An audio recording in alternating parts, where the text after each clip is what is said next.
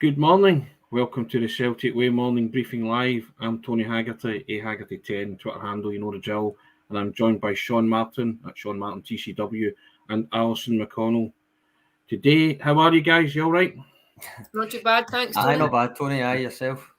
Unhappy Monday. We've had a few happy Mondays, so I guess an unhappy Monday was on the cards at some point. Celtic 1, Rangers 2, Scottish Cup semi-final, treble dream died yesterday at Hampden. Alison, all three of us were there. What was your immediate thoughts on, first and foremost, the Celtic performance?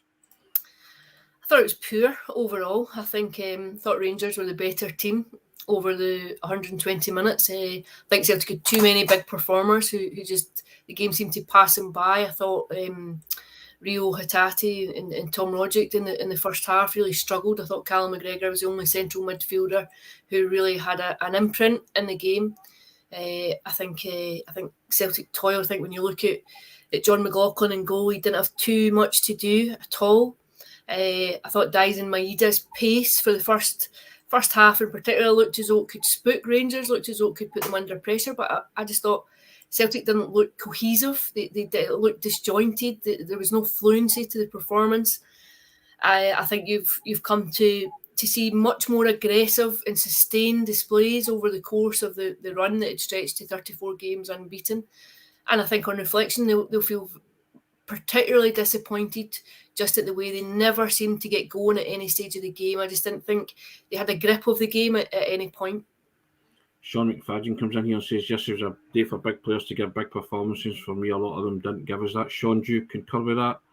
You were there alongside me and we watched that. I do. I think there's a few threads there. I think there's a lot being made of that. When I tweeted yesterday after the game, I said that the ratings which are on the site from yesterday, feel free to disagree with, because I disagree with some of them myself when I wrote them, was that it was the most difficult ratings I had done so far, because I didn't think that there was actually that much between the teams. I think basically what I wrote in the tweet yesterday was Celtic did okay, Rangers did okay. I don't think there was anything more to it than that from Rangers. I don't think you saw any, but maybe the way they pushed Bassey up to Rogic in the first half aside, I don't think you saw anything from Rangers yesterday that was anything they hadn't seen before.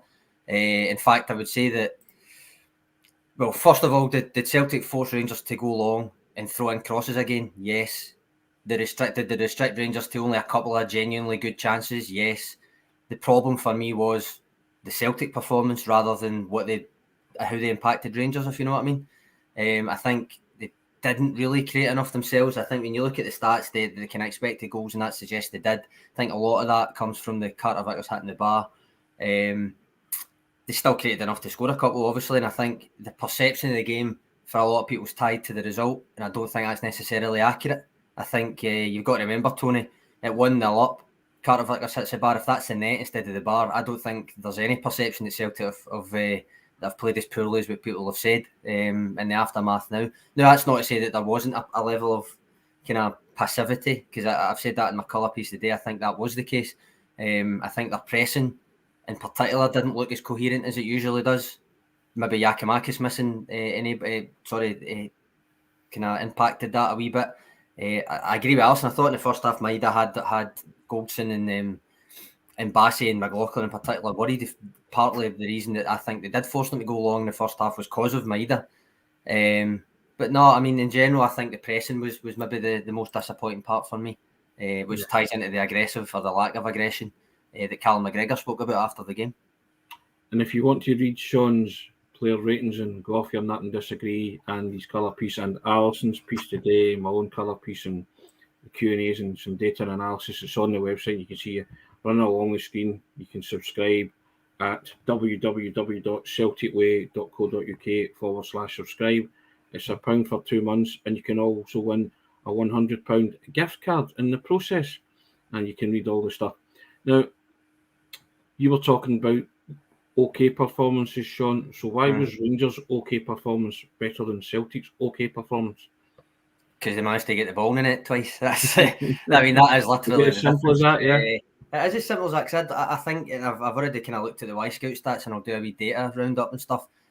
There's very little between them. Like, my perception at the time compared to what I encountered, especially on Twitter in particular, I was thinking to myself, did I not see what I thought I saw there? And no, the stats back it up. It was an even game. It was very, it was razor thin, the difference between the two of them. Now, obviously, there's Alison mentioned the midfield. I think there was a physical mismatch. Somebody mentioned that in the comments there, but I lost the comment. There was a physical mismatch. I think a lot of that comes down to what was allowed to happen in the game by the match official, but nonetheless, it was a physical mismatch, and that did lead the play not to go through the middle as much as what Celtic would have wanted. I mean, Rogic was barely in the game. A lot of that was to do with, as I say, with Van Bronckhorst pushing Bassey up to kind of try and get him out of the game, which worked. But the other stuff, I mean, Hatate, McGregor, and Rogic as a unit, I agree with Alison. I thought McGregor was the only one of the three that was actually consistently trying to make things happen. And you know that there's a kind of a creativity deficit or whatever way you want to put it, or maybe a wee bit of a wobble in terms of sticking to their principles when McGregor's feeling obliged to take the ball and try and go on a mazy run again. He doesn't usually need to do that. That's almost him saying, this is how you do it, this is how we need to break lines, that kind of thing. So I think that there's wee giveaways like that you can see in the performance that Celtic themselves knew they weren't really sticking to the kind of the aggression and the high pressing and the principles that they were asked to. Lack of physicality a problem for you in the midfield, Alison, or was it the fact as well that we touched upon this off air that we felt Celtic looked really leggy in the end up, and they'd had a week to train and be prepared and supposedly fresh for this game? I don't know if that intensity took a lot out of them in a week's training. It raised a question. I did think they looked. I think if you watch both teams and as a neutral walking into it, and someone said one of these teams played 120 minutes on Thursday night, I think you would have thought it was Celtic at points in the game. I did think they looked tired. The physicality that you refer to, I think Bobby Madden, I think we can agree it was an erratic performance. I thought he was poor. One loss for Alison, but I would qualify that by saying I don't think his performance was the reason why Celtic lost the game. I think Celtic lost the game because they weren't good enough. And I think much of that came down to how Rangers set up and just tried to restrict Celtic, tried to stop them playing. And so much of that was around Rogic. Sean's already spoken about Bassey coming up and just being so tight on him. There was a real draw whenever he's got the ball, make sure he's going nowhere. I thought they really tried to nullify his influence, and it seemed to unsettle Celtic. I think it just seemed to spread an unease through the middle of the park, and I don't think there was any stage in the game. There was a point just before Celtic scored and then just after they scored where they maybe had their most commanding moments of the game, but I didn't think it was sustained for any across the 120 minutes. And I would have to say, I thought when it went to 1-1, I thought Rangers looked the more likely to score. And I would take Sean's point too. I think there's very, very little between the teams. I think they're evenly matched. And I think what that leads you to now is that there's been a complacency almost about, not from the club, but among the support, I think, about the title, about going on and securing the title and a fairly straightforward finale to it. What I would say now is that very much it's about the reaction and how Celtic hold their nerve now and rediscover their poise, because I think that the last thing you need is for that result to just to unnerve them, if you like. Sean, Alison touched on it there. We're going to have to touch on it as well. Your own thoughts on the refereeing performance? Alison said it was erratic.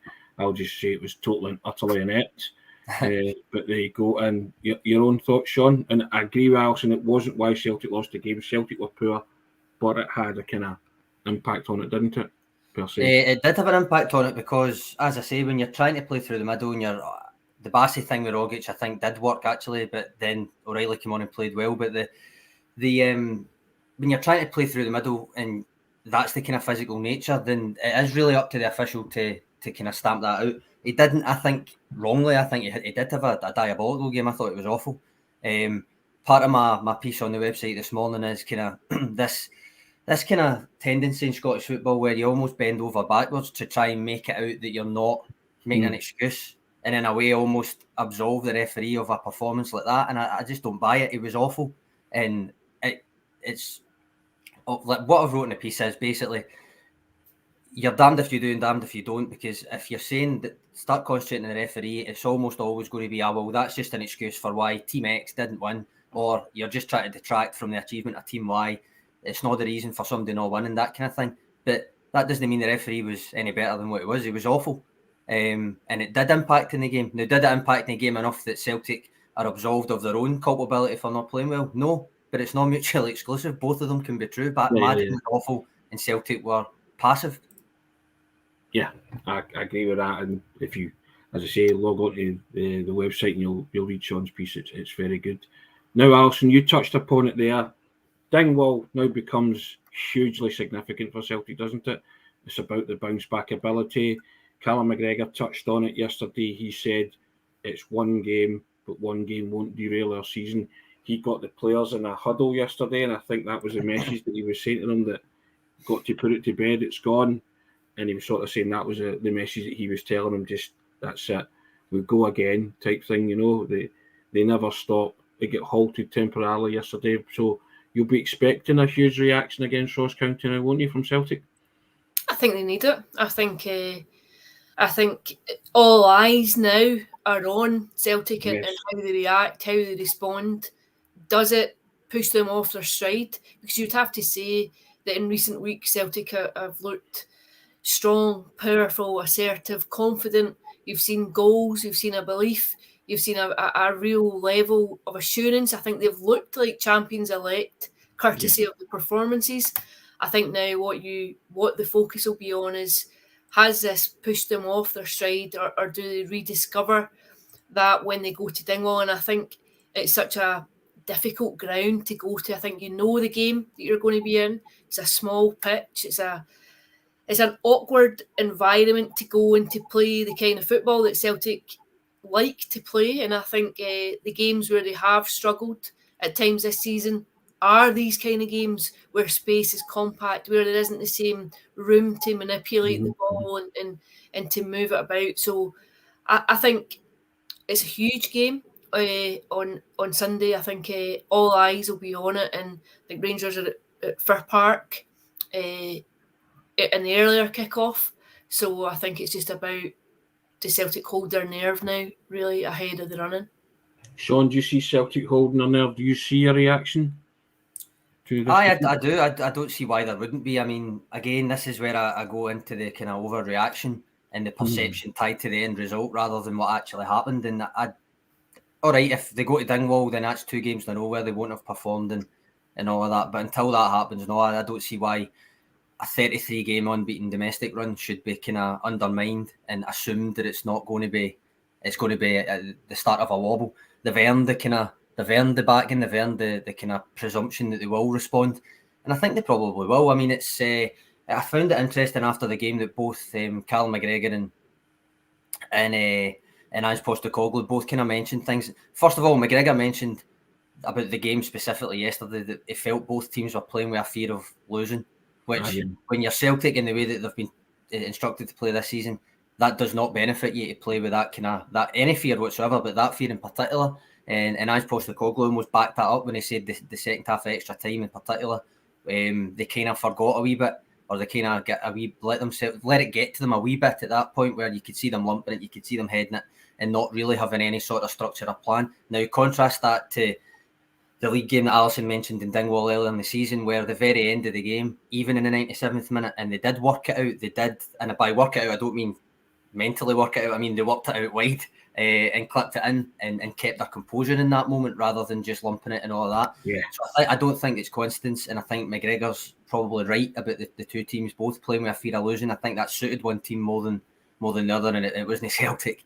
But the other thing that Ange Postecoglou mentioned, and this ties into both yesterday's game and hopefully Dingwall on Sunday, is that the difference between a semi-final occasion and a league game in terms of the way that Celtic play their football, the natural kind of psychological edge of being a wee tiny bit more conservative in all of their actions, he said, in the semi-final. He says it was only natural and you can overcome it, and they have overcome. They overcame it against St Johnstone in the semi, in the League Cup semi. Obviously, that was a similar kind of having to break them down. All of that was a 1-0 game. So he's got a point. The difference between that, though, he said, and a league game, stark in terms of almost the comfort of a league game isn't all decided on that 90 minutes, and that gives you a wee bit of an added level of comfort to play your own football, and that it can be rectified after it if it doesn't work. Whereas a semi-final, there is no rectifying it. You're either in or you're out after it. One chance and one chance only, Sean. Basically, that's what you were saying there. The nature of cup semi-final football. Yeah. And Alison, you've written a piece about Dingwall and how important it is today on the site. It's becoming fraught now, isn't it? You know, that 6-point lead, which, as you said a couple of weeks ago, everyone was thinking, yep, champions elect and stuff. Now it's a test of Celtic's credentials now. They just have to go and see it out now and get it over the line. Yeah, I think it only becomes fraught if there's a slip. Yeah. I think if Celtic play the way that they have in recent weeks, and they come away from Dingwall with a result, then they go into the game against Rangers with just with a bit of confidence, a bit of momentum again. I think it only becomes an issue if there's points dropped, and then I think inevitably you have a gremlin in your head if that happens. But I think it is a big game. I think it's huge because there's so much focus now on Celtic and what may happen and what may fall out from yesterday's result, and I think it'll be interesting just to see what the response is. Sean, what will the fallout be from it? Do you see a wobble? No, I don't. A one-off, a bad day at the office, and write it off and move on. I think that's exactly what it is, Tony. Because I'm going to go back to it. I don't want to overreact on one result that was genuinely in the balance, and it went the full distance of 120 minutes. And as Alison said, you'll see if any wobble or any slip or whatever way you want to put it. You'll see if that's wobbled them on Sunday, and Dingwall. That's the only way that it'll play out. Until then, it's speculation. It's either, well, it depends on the way you want to see it. It's pushing a narrative. It's speculation. It's being negative. It's whatever. But until it's actually coming to the game time, then that's when you'll see if it's affected them. I suspect it won't. As I say, you don't go 33 games unbeaten domestically without some sort of, Ange uses the word resilience. Usually that's, as I say, about the way that they play their football, but mental resilience as well. You don't do that kind of run without that. So I think there'll be a response. I think there's got to be a response, but I think there will be, and I think they will know that. The one thing I would say is, and this is going back to the performance yesterday, again, I'll say I think Rangers were okay. I think probably they shaded it, but I don't think they were anything special. I think they were okay. I think Celtic need to look inward. I don't think there's much use in I'll use the phrase again, bending over backwards to doff your cap at an opponent that wasn't particularly better. So I think Celtic need to look inward, analyse where they kind of didn't do what they were wanting to do. I mean, even watching it back, even having watched it back, I'm still in the camp. Celtic did okay, Rangers did okay. It was a very close game. And I think Celtic should look inwards, analyse the things about the game they didn't do well enough, and concentrate on that, and then have the response on Sunday. You think it was yourself that said it, Sean, that it was Carter Vickers scores Alison with the one that rattles the bar.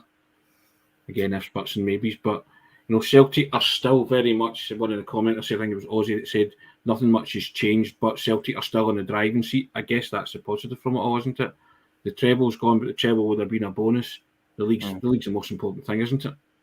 I think the league's always the most important thing. I think particularly on the back of last season, I think the chaos of last term and the 25-point gap, to be honest, like I listening to Sean there, I kind of felt that last season that there was an over-egging of the disparity between the two squads. I didn't think that the gap was as reflective of how bad Celtic were, but I think there was still a substantial body of work that needed to be done.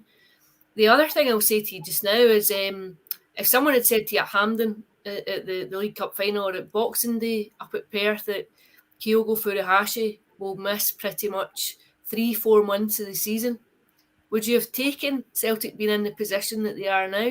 You would have assumed that the season and the title was long gone without him. You would have made the assumption that they couldn't cope with the loss of such a hugely influential player. So I think Celtic they'll be disappointed at how yesterday played out, but I think it'll very much be a rallying call to go again, to lick your wounds, to look where it went wrong, and get ready for a final push. Do you agree with that, Sean?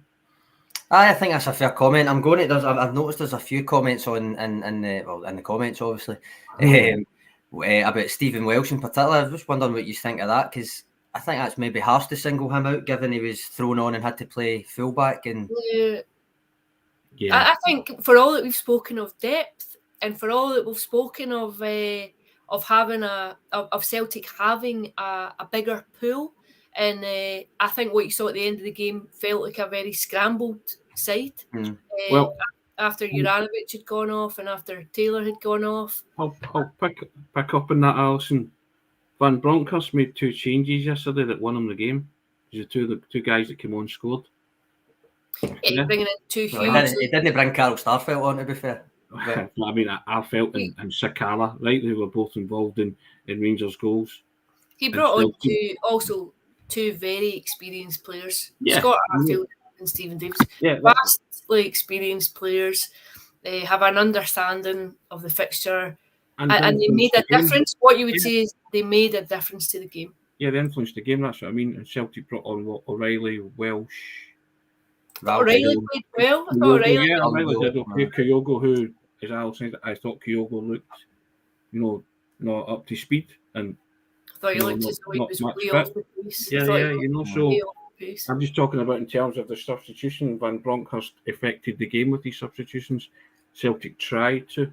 When you're talking about the strength and depth that we had, that it might not be as great as we think. Sean, you're a squad. I think the fullback areas. I thought Juranovic and Taylor played well. Thought Juranovic actually, you noticed how well he played when he went off, because I think Ralston really struggled at right back. I say to you at the time, Tony, when Ralston switched to left back, he actually played better, because I think he knew he'd be beaten of Scott Wright, who was tracking back, and that Tavernier would be pushing far enough up that he would have the chance.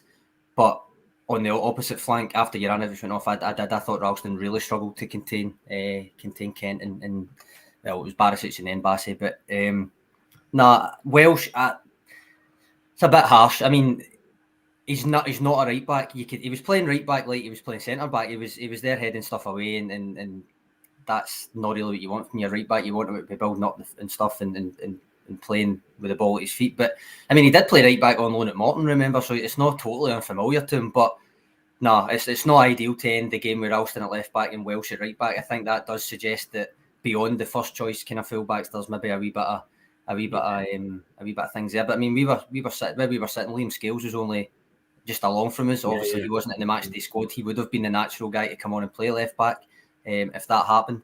I've seen a few comments also mentioning about Hatate, not in the sense of playing left back, but just in terms of playing 110 minutes or whatever it was. I thought he would have been off well before that, because he did look a wee bit gassed. I don't think he was as poor as what people are making out either. I don't think he was abysmal. It wasn't great, right enough, but I don't think it was.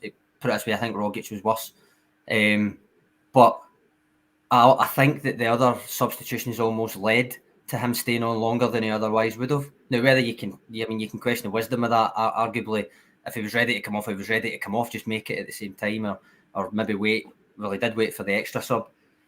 But again, in Ange's defence, you're almost like, when do you make these subs then? What happens if the same injuries happen and you've used your subs? All of that thing. I think all that combined to kind of cast a different light on it. And again, it's about perception to me. The second half of extra time is where I would be most disappointed. The rest of the game, I don't think there was anything in it, really. Alison, here's a point, and I noticed it during the game as well. Alan Robertson brings this up. We talk about short corners, get the ball into the box. Celtic tried a few short corners yesterday with no success whatsoever.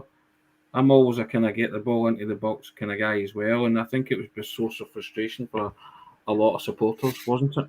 Yeah, I can think of one in particular, actually, that was a complete waste. It ended up cornering in the ball going out of play. Yeah, I think there's a place for it, but I think there seems to be a consistency to the short corners. I think sometimes you need to vary it.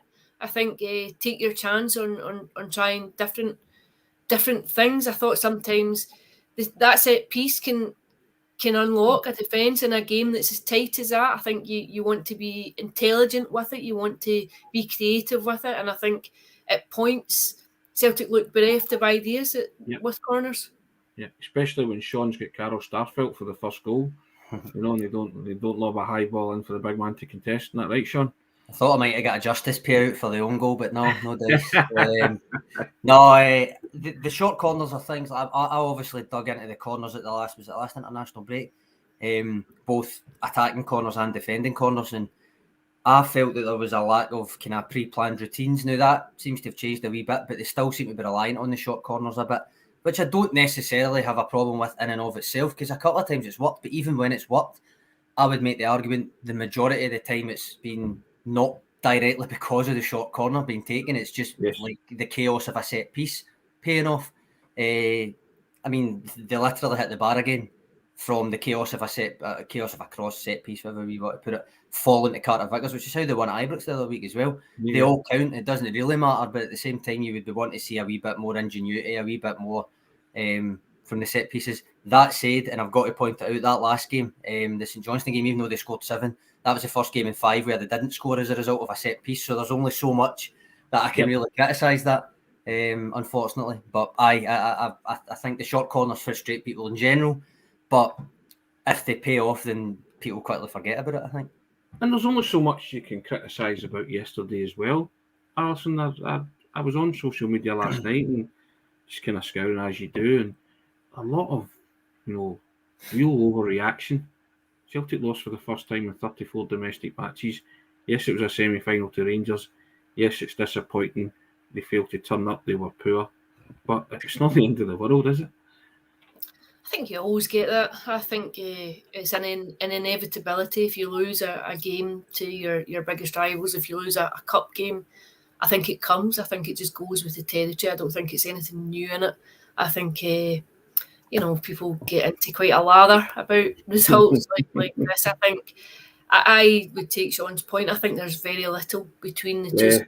But there was very little between them on the day. I think Celtic were poor, and I think part of the frustration will be that Celtic have played much better at times over this campaign. I think if you go back to that game at Celtic Park when they had a 3-0 lead by half-time, I think what you saw was the tempo, the aggression, the sustained dynamic of playing that very attacking football that just had Rangers on the back foot. And I think there are all sorts of reasons why that didn't happen yesterday, and I think some of it just comes down to how Rangers were set up. Rangers were set up to stop that happening, to try and alleviate that kind of space that Celtic have enjoyed. And I think also you have to take into consideration that Giovanni Van Bronckhorst was under some kind of pressure too going into it. I think if you lose 3 games as a Rangers manager to Celtic, I think all kinds of questions start to be asked, and I think you can't afford to have a perception that the other team has your number, for want of a better word. And I think he was under pressure to make sure that didn't happen, to make sure that he had learned something from previous games. And I think that was maybe reflected in just how Rangers had set up. Yep, Steve Jacobs in there, small margin between the teams with not many chances. I totally agree with that. I've got to be honest. You said it, Sean, that Rangers were okay, Celtic were okay, Rangers okay was slightly marginally better than Celtic, which manifested itself in the result.